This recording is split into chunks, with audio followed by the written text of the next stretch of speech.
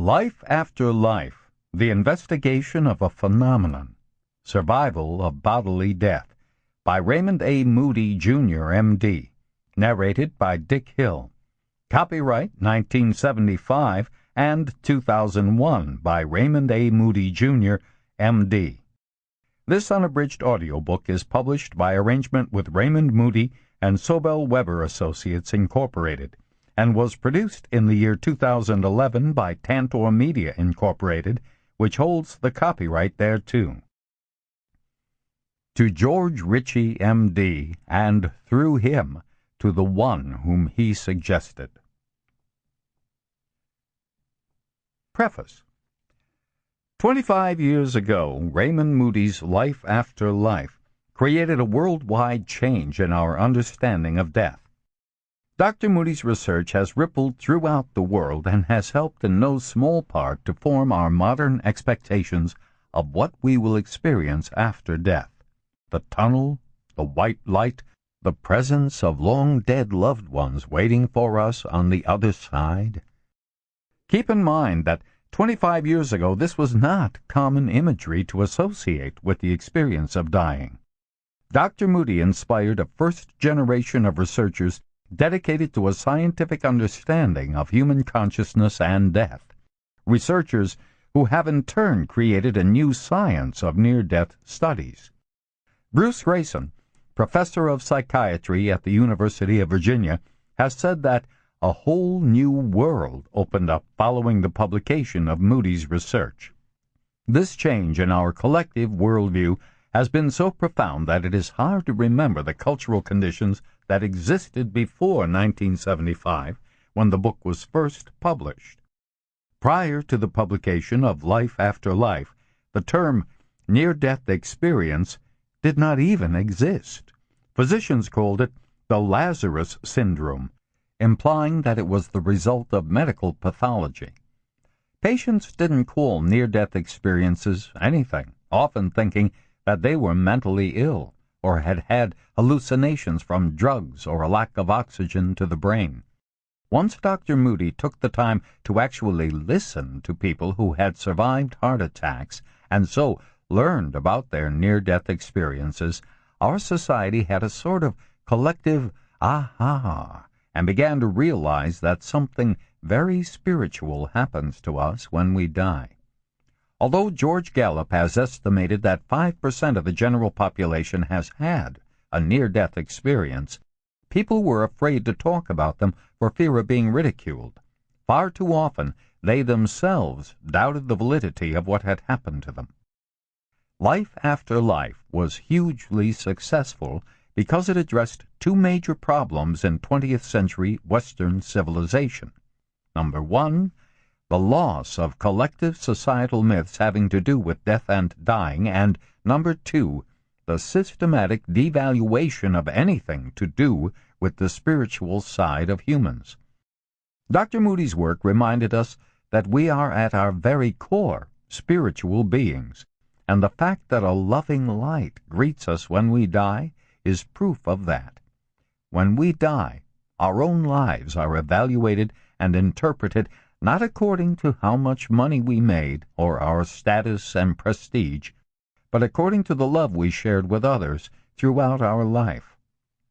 At a time when church attendance and participation in the traditional organized religions was reaching an all-time low, Life After Life rekindled an understanding of the importance of spirituality in our daily lives. It is fitting that Life After Life was originally introduced by Elizabeth Kubler-Ross, the pioneering researcher on death and dying. Although for tens of thousands of years humans accepted death as a natural part of life, a brutal revolution in our attitudes concerning death occurred at the turn of the last century. Death became unnatural, dirty, medicalized, and hidden from the public view. Whereas most people died at home in the 1800s, by the mid-20th century, most people died in hospitals. The aggressive end-of-life interventions medical science made possible resulted in the dying person giving up dignity and control over his or her life. By the latter part of the 1900s, Even the American Medical Association concluded that dying patients were subjected to humiliating and unnecessary medical interventions that robbed the dying process of any dignity. In 1965, when Elizabeth Kubler-Ross wrote her book On Death and Dying, death was something that was not discussed. Dying patients were subjected to the loving lie. They were not told the truth about their medical situation, as others felt that the truth was too traumatic and would rob them of hope. Social scientists have, of course, documented that dying patients always knew they were going to die anyway. The loving lie only served to insulate the medical profession and society from the facts of death.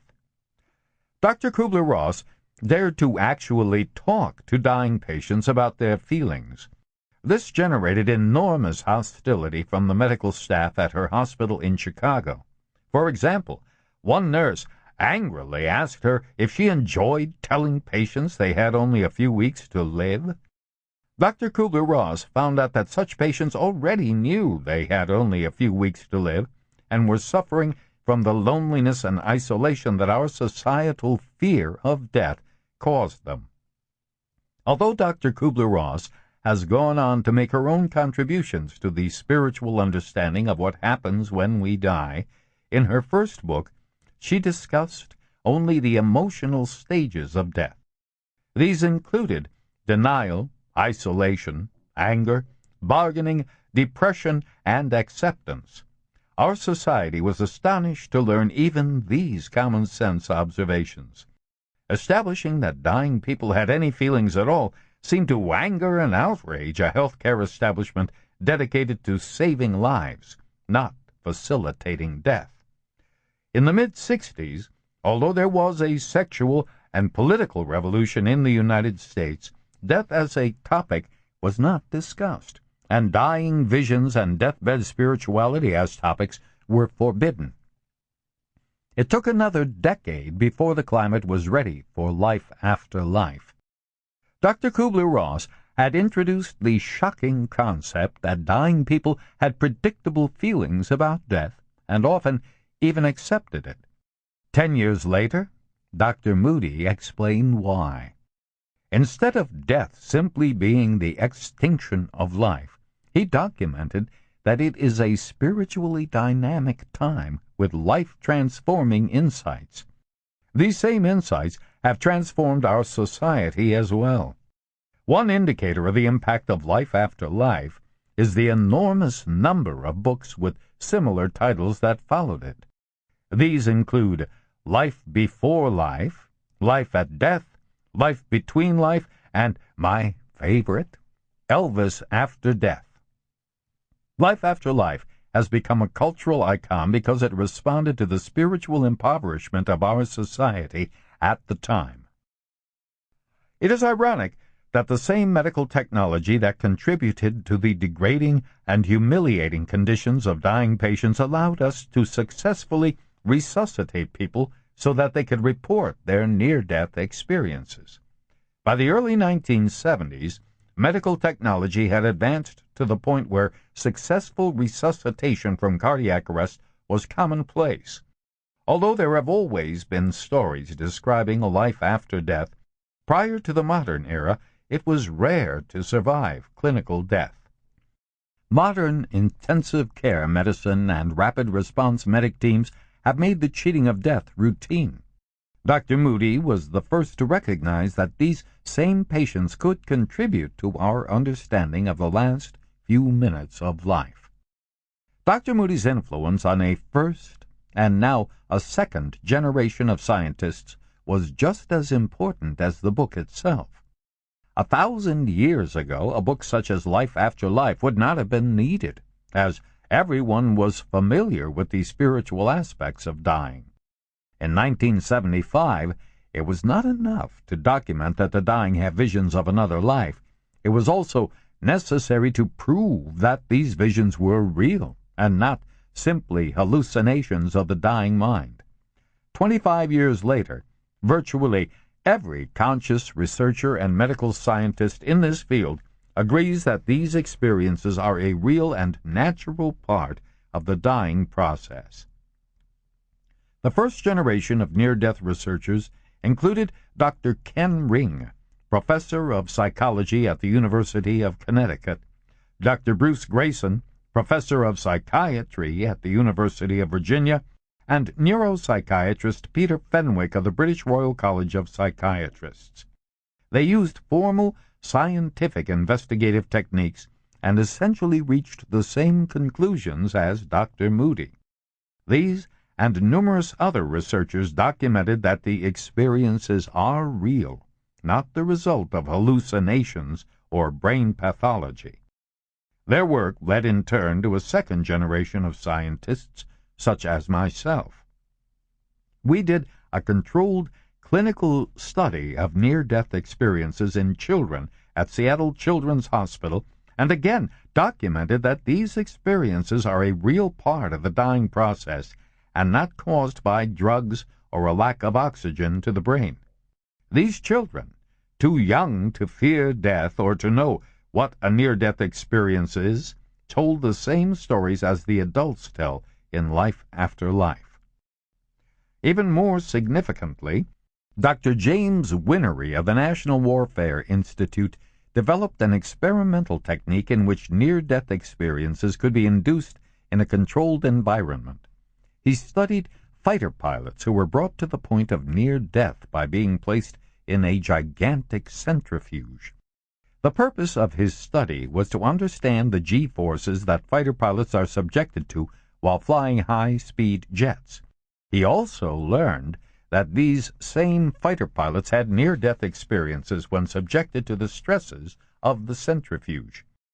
It is fascinating to realize that Dr. Moody, a psychiatrist from Georgia, Dr. Winery, a flight surgeon for the Air Force, and I, a pediatrician from Seattle, each working independently, reached the same conclusions about near-death experiences. When Dr. Moody's book was first published, medical scientists laughed and dismissed near-death experiences as hallucinations. 25 years later, science is on Dr. Moody's side. I do not know of a single mainstream scientific researcher who has not reached similar conclusions. There have been 3 major reviews of near-death experiences in the scientific literature of the past 7 years, and all agree with Dr. Moody's initial findings. The skeptics and hostile intellectual climate that pioneers such as Elizabeth Kubler-Ross and Raymond Moody had to endure have now led to the current situation in which there are dozens of articles in mainstream scientific journals on near-death experiences. Dr. Moody has created the current climate where hundreds of graduate students are getting their advanced degrees studying near-death experiences. More than half of the medical schools in the country now teach courses on the spiritual aspects of dying. Today, no one has to feel ridiculed or mentally ill simply because they have been fortunate enough to have had a near-death experience. Life After Life documented that near-death experiences can positively transform those who have them.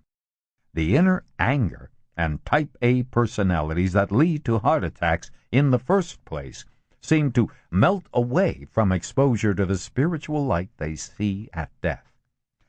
The International Association of Near-Death Studies, IANS, an organization dedicated to counseling and support for persons who have had the experience, took these experiences and that message and built an international organization that has contributed to the transformation of our society.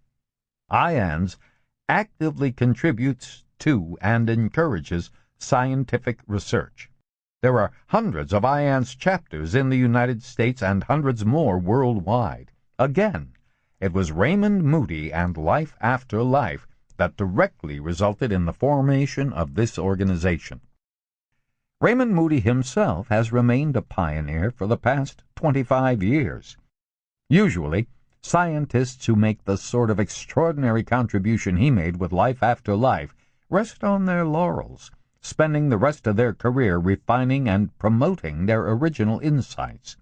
And while Dr. Moody has deservedly been rewarded with the Bigelow Chair of Consciousness Studies at the University of Nevada, Las Vegas, and certainly does a bit of that, he also teaches courses for graduate students and freshmen on near-death experiences and on what is known scientifically about life after death. But Dr. Moody's career since Life After Life has primarily been marked by continued explorations into consciousness research. He remains on the cutting edge of scientific research and will always be about 25 years ahead of the rest of us. In 1995, for example, he developed a technique for inducing the near-death experience without actually having to come close to death. He uses the technique to facilitate the ability to contact dead relatives and loved ones. While researching the origins of the near-death experience in ancient Greece, Dr. Moody rediscovered the use of a meditative chamber called the psychomantium that ancient Greek physicians used successfully in their healing rituals. He built his own theater of the mind, as he called his modern psychomantium, and successfully tested it in hundreds of clinical trials. There are now more than a dozen operating psychomantiums in the United States.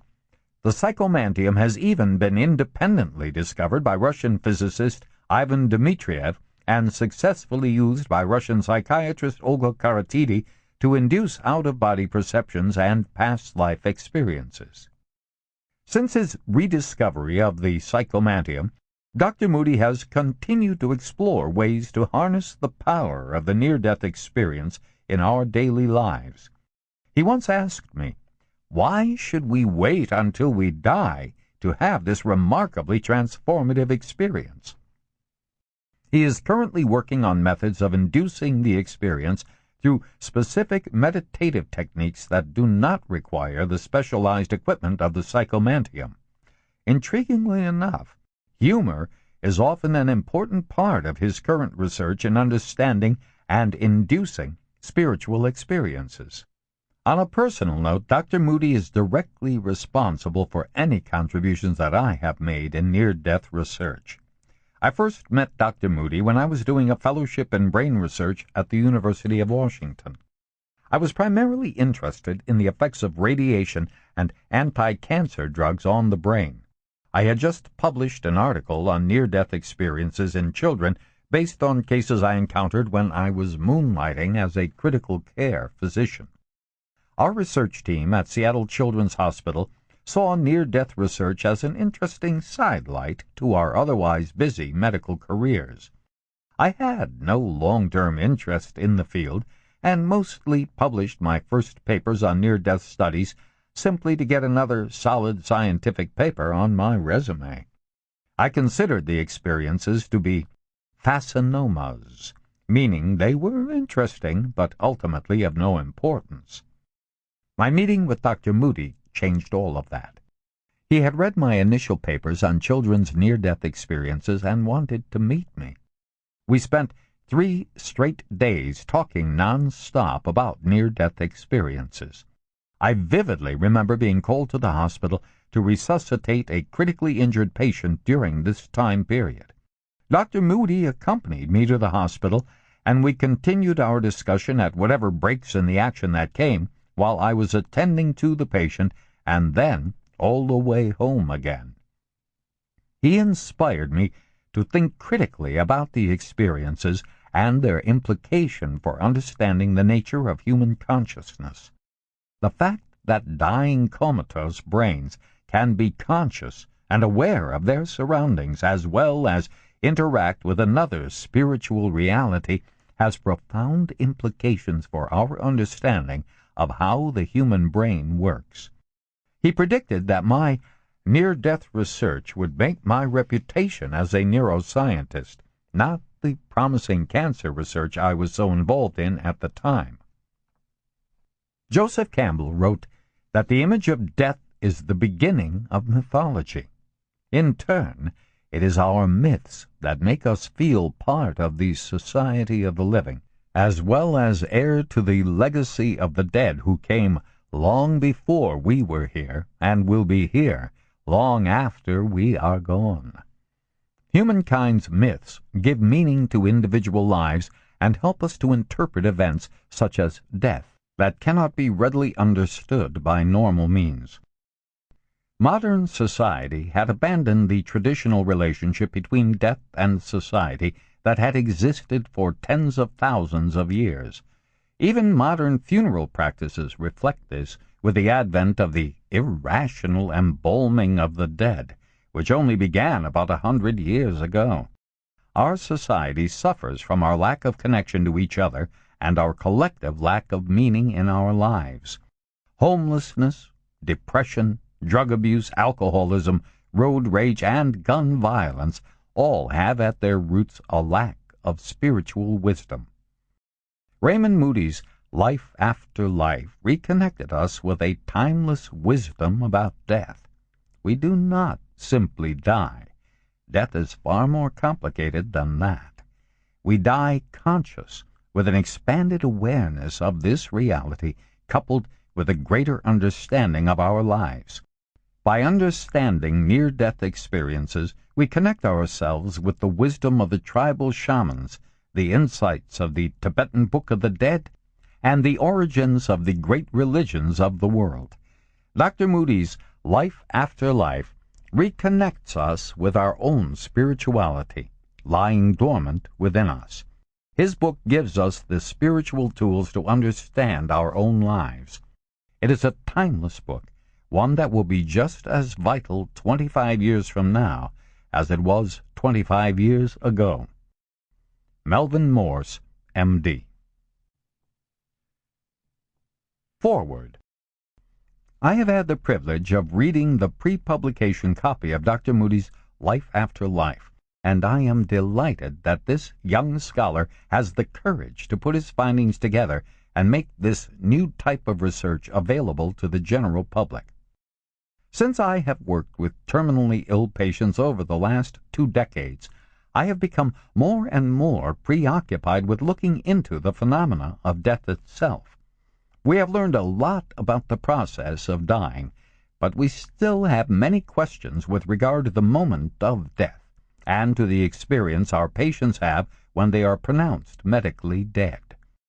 It is research such as Dr. Moody presents in his book that will enlighten many and will confirm what we have been taught for 2,000 years, that there is life after death.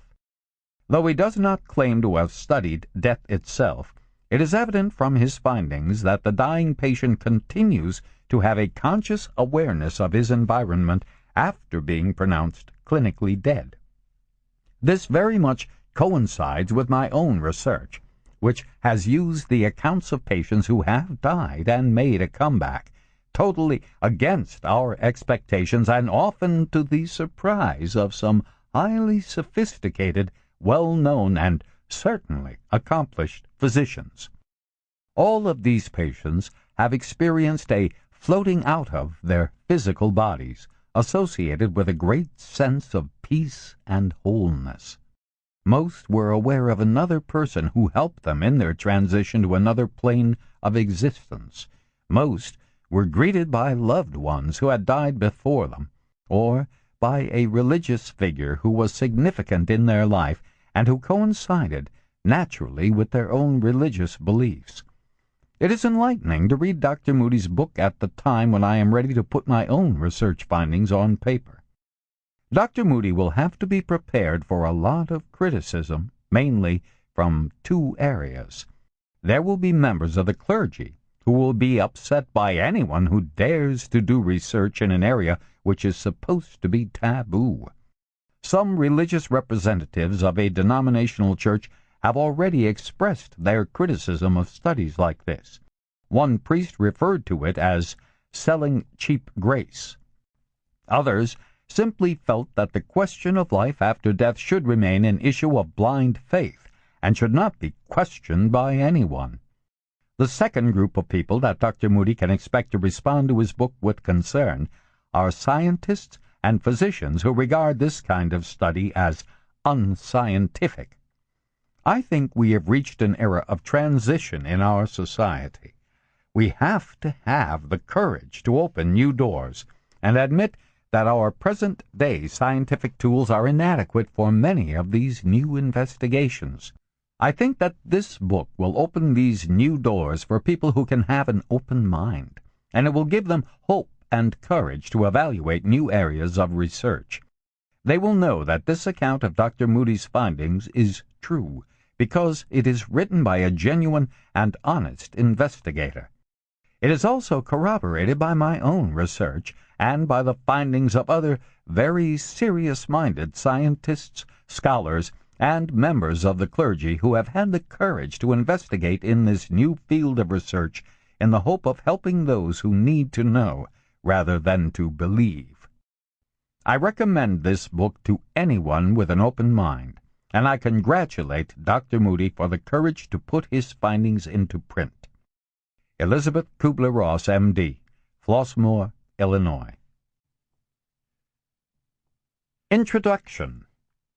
This book, written as it is by a human being, naturally reflects the background, opinions, and prejudices of its author. So, although I have tried to be as objective and straightforward as I can, certain facts about me might be useful in evaluating some of the extraordinary claims which are made in what follows. First of all, I have never been close to death myself, so I am not giving a first-hand account of experiences which I have had myself.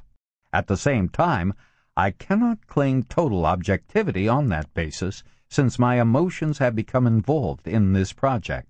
In hearing so many people relate the fascinating experiences with which this volume deals, I have come to feel almost as though I have lived through them myself. I can only hope that this attitude has not compromised the rationality and balance of my approach. Secondly, I write as a person who is not broadly familiar with the vast literature on paranormal and occult phenomena. I do not say this to disparage it, and I feel confident that a wider acquaintance with it might have increased my understanding of the events I have studied. In fact, I intend now to look more closely at some of these writings to see to what extent the investigations of others are borne out by my findings. Thirdly, my religious upbringing deserves some comment. My family attended the Presbyterian Church, yet my parents never tried to impose their religious beliefs or concepts upon their children. They generally tried, as I was growing up, to encourage whatever interests I developed on my own, and provided the opportunity for me to pursue them. So, I have grown up having a religion not as a set of fixed doctrines, but rather as a concern with spiritual and religious doctrines, teachings, and questions. I believe that all the great religions of man have many truths to tell us, and I believe that no one of us has all the answers to the deep and fundamental truths with which religion deals. In organizational terms, I am a member of the Methodist Church. Fourthly, my academic and professional background is somewhat diverse, some would say fractured. I attended graduate school in philosophy at the University of Virginia and received my Ph.D. in that subject in 1969. My areas of special interest in philosophy are ethics, logic, and the philosophy of language. After teaching philosophy for 3 years at a university in eastern North Carolina, I decided to go to medical school, and I intend to become a psychiatrist and to teach the philosophy of medicine in a medical school. All these interests and experiences necessarily helped shape the approach I have taken in this study. My hope for this book is that it will draw attention to a phenomenon which is at once very widespread and very well hidden, and, at the same time, help create a more receptive public attitude toward it. For it is my firm conviction that this phenomenon has great significance, not only for many academic and practical fields, especially psychology, psychiatry, medicine, philosophy, theology, and the ministry, but also for the way in which we lead our daily lives. Let me say at the very beginning that, on grounds which I will explain much later, I am not trying to prove that there is... Sample complete. Ready to continue?